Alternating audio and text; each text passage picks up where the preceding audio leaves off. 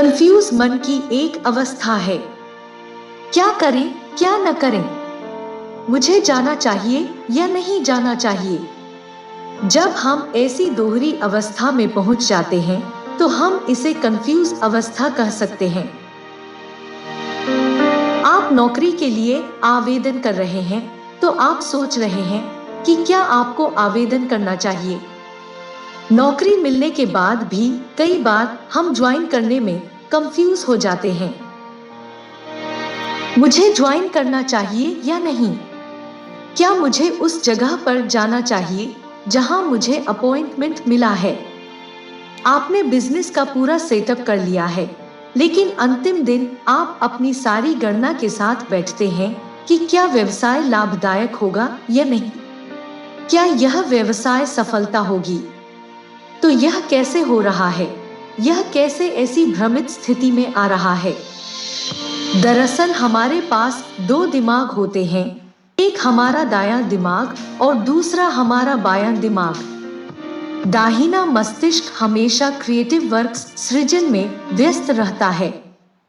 जब हम कुछ लिखते हैं या कोई कला बनाते हैं, जब हम उस पर अधिक से अधिक ध्यान केंद्रित करते हैं तो दायां मस्तिष्क काम करता है, जहां हमारे दूसरे मस्तिष्क के रूप में बायां मस्तिष्क लॉजिक अर्थात तर्कों से भरा है। ये लॉजिक अर्थात तर्क इतने चतुर हैं और हमारे दिमाग के सामने इतने स्मार्ट और लॉजिकली अर्थात तार्किक तरीके से प्रस्तुत करते हैं कि हम भ्रमित हो जाते हैं। इसलिए इससे छुटकारा पाने के लिए हमें संतुलित होना होगा। हमारे पास बैलेंस्ड माइंड पर्सनैलिटी, एक संतुलित दिमागी व्यक्तित्व होना चाहिए, क्योंकि किसी समस्या का समाधान संतुलित दिमाग में होता है। Solution of problem always lies in a balanced mind। अब आप फिर से भ्रमित हो जाते हैं कि हमारे पास यह संतुलन दिमाग कैसे हो सकता है। तो ये सब भ्रम और प्रश्न और भ्रम है। तो चलिए एक उदाहरण लेते हैं। एक दिन एक व्यक्ति मिस्टर एक्स एक कार खरीदने गया। रास्ते में वह अपने दोस्त से मिला। जब उसके दोस्त मिस्टर वाई ने उससे उसका रास्ता पूछा तो मिस्टर एक्स ने उसे एक कार खरीदने के बारे में बताया।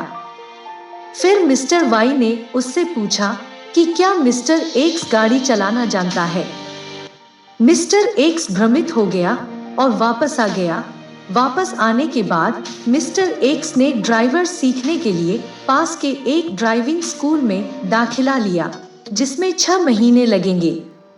6 महीने सफलतापूर्वक पूरा करने के बाद मिस्टर एक्स ड्राइविंग में निपुण हो जाते हैं। इसलिए वह फिर कार खरीदने गया। उसी तरह उसी स्थान पर वह अपने दोस्त मिस्टर वाई से मिला। इस बार मिस्टर वाई ने उससे कहा कि यह ठीक है कि वह ड्राइविंग में निपुण हो गया, लेकिन अगर किसी दिन मिस्टर एक्स अपने बच्चों और परिवार के साथ कार में बाहर गया और अगर कार किसी तकनीकी समस्या के लिए जंगल के बीच में रुक गया तो अपने बच्चों के साथ वह क्या करेगा? मिस्टर एक्स फिर से भ्रमित हो गए और फिर से पीछे मुड़ गए।